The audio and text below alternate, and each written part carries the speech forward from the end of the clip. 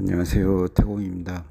와겸유돌 9번째 자보 반와열 한번 살펴보시게요. 자보는 높고 낮은 두 개의 벙어리가 하나로 연결된 산을 말한다. 그 모습이 마치 머리에 쓰는 두건처럼 생겼다 하여 복두형이라고 말하고, 오행어로는 토이다. 오행은 토네요. 주룡은 높은 봉우리에서 급하게 내려오다가 산 중턱에 갑작스럽게 멈추어 혀를 맺는다. 혈이 맺는 곳은 평평하다. 가파른 산 중턱에 혈이 있으니 그 모습이 마치 등잔에 호롱불이 걸려있는 것 같아 등계혈이라고 그런다. 등계혈. 또 처마 끝에 있는 제비집 같다 하여 연서열이라고도 한다. 연서열. 여기서 연서열과 등계열은 같이 논하고 있는데 차이가 조금 있습니다. 주룡은 가파르게 내려와 작은 평지를 만들고 그곳에 혈을 맺기 때문에 바람을 타기 쉽다. 그래서 혈은 보통 오목하게 들어간 반와열을 맺는다. 반와열. 그러나 우리나라에서는 자보성인 복두형 산이 흔하지 않다. 그 이유는 천상의 자보성이 중국에서는 보이지만 우리나라에서는 안 보이기 때문이라고 한다. 따라서 자보 반와열은 찾아보기 힘들다. 다만 형태는 다르지만 괴등혈과 연소혈은 많이 볼 수 있다. 산 중턱에 있는 평평한 지형에 혈을 맺는 것을 말한다. 암자가 자리 잡고 있는 땅이 보통 그러한 곳이다. 담양에 있는 추월산의 보리암 같은데, 무등산의 규봉암, 이런데 대부분, 또 구례에 있는 사성암, 대부분 연소열이잖아요. 괴등혈이나 연소열이라고 해서 주산이 반드시 자보성이어야 한다는 법은 없으므로 혼돈하지 말아야 한다. 복두형을 출발한 주룡산이 아래로 내려와 행용할 때는 작은 원봉이나 삿갓처럼 생긴 산을 만든다. 특이한 것은 지각이 항상 양변으로 벌려지고 평평한 영진처에 이르러서는 횡령으로 입수하여 혈을 맺는다. 여기서도 혈은 반와열로 맺는다. 연소혈은 제비집이잖아요. 제비집. 또 제비는 봄에 오고, 그래서 봄은 임묘진 할 때 그 묘가 정동이고, 또 묘가 봄에 해당되잖아요. 봄의 극광체잖아요. 그래서 연소혈은 묘령으로 내려와야 정혈이다는 설도 있고요. 또 연소혈은 제비가 그 빨랫줄에 앉아서 주로 놀잖아요. 그래서 연소혈의 그 안대, 그것은 빨랫줄처럼 앞에가 터져 있는 일자문성이 있어야 연소열이 성립이 된다는 조건이 있어요. 여기다면 이렇게 그 순전이 길지 않고 순전히 그냥 낭떠러지로 생겼잖아요. 순전히 낭떠러지로 생겼는데 밑에를 내려다보면은 어지러지를 할 수 있어요. 그런데 앞산을 보면은 앞산이 일자문성으로 이렇게 딱 가로막고 있기 때문에 멀리 바라보다 봤을 때는 안정감이 있을 수 있거든요. 또 앞에서 불어오는 바람을 막아줄 수가 있고, 그래서 그런 여러 가지 조건들이 연소열에서는 안산이 제비집이다. 일자문성. 아주 중요해요. 그것이 없으면은 연소열이라고 가짜라고 봐도 된다. 또 진짜 연소열은 묘방으로 입수된다. 묘령으로 입수된다.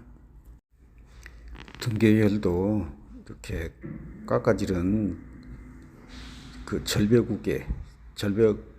개가 있잖아요. 그래서 순전도 마찬가지로 낭떠러지로 생겼다. 그래서 이제 이렇게 복두형에서 출발을 하지만은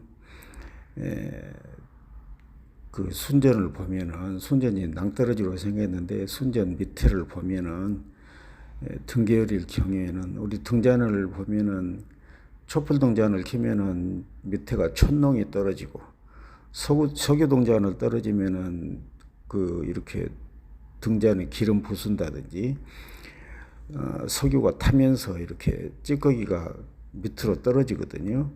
그래서 순전을 보면은 순전 한쪽에서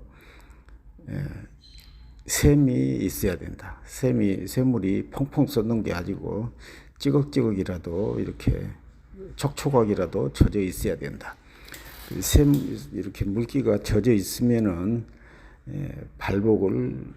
발복이 되고 있다라는 증거예요. 담양군 올산면 경주이시 산에 등계열이 진영이 있거든요. 거기 가면은 이렇게 순전 밑에 물이 촉촉하니 나와요. 그래서 그런 거 이제 기회가 되시면 한번 찾아보세요. 와열은 태양에 속하며 닭이나 새 둥지 혹은 소쿠리처럼 오목하게 들어간 형태의 혈장을 말한다. 입술형보다 낮은 위치에 동그랗게 원을 그리듯이 있다. 이는 마치 하늘을 향해 입을 벌렸다 하여 개구이혈이라고도 한다. 또 손바닥을 제쳐놓은 가운데 동그랗게 움펑한 것 같다 하여 장심열이라고도 한다. 와열은 평지에도 있지만 주로 높은 산에서 많이 있다. 이는 바람을 피하기에 용이하기 때문이다. 주령은 볼록한 은력으로 입수한 다음 오목한 양혈을 맺는다. 혈이 오목한 곳에 있으므로 사방으로부터 불어오는 바람에도 지기가 흩어지지 않고 아늑하다. 와열은 입수 도두에서 비교적 두꺼운 현능이 원령으로 뻗는다. 이 현능이 굉장히 중요합니다. 유열에서는 뒤쪽에서 불어오는 바람이나 용맥을 타고 내려왔던 물을 방어하기 위해서 입수 도두 그 뭐죠? 유열에서는 내두가 꼭 필요했잖아요. 유열에서는 내두가 필요했는데 이 와열에서는 현능이 꼭 필요해요. 현능이 없으면은 주변의 물들이 이 산택이 안으로 낮은 곳으로 사방으로 모여들었잖아요. 그래서 현능이 꼭 필요하다. 현능이 필요하고 또 사방에서 모여들었던 물이 빠져나갈 때 이렇게 그 순전이 없으면은 그 물이 그냥 쏜살같이 달려가겠잖아요. 쏜살같이 달려 빠져나가면서 모래를 가지고 빠져나간다. 그래서 옆으로 횡대 순전이 있어야 된다. 순전이 아물어야 된다. 그래서 와열에서는 현능하고 순전이 필수 조건이에요. 그 순전이 없으면은 물구덩이에요. 물구덩이고 또 그 중에서 와열에서 중요한 좀 볼록한 부분이 형성이 돼서 와중 미돌, 와중 미유를 찾아야 되는데 돌이나 유가 안 생겨요. 현능이 없으면은. 그래서 계곡하고 똑같다. 그 아주 중요한 것이거든요.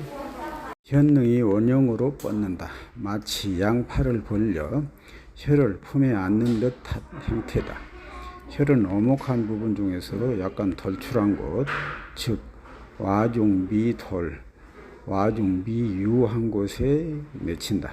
와열은 오목 들어간 부분이 깊고 낮고 높고 좁음에 따라서 심화, 심화는 깊을 심자잖아요. 얇은 첨자 천화, 벌릴 높게 벌렸다 활화, 좁다 협화 이렇게 나눠요. 혀를 둘러 앉은 두 손이 끝 사이가 간격이 높고 좁음에 따라서 장구화, 장기 장자는 감출 장자잖아요. 또 길 장자를 써서 장구화로 본다.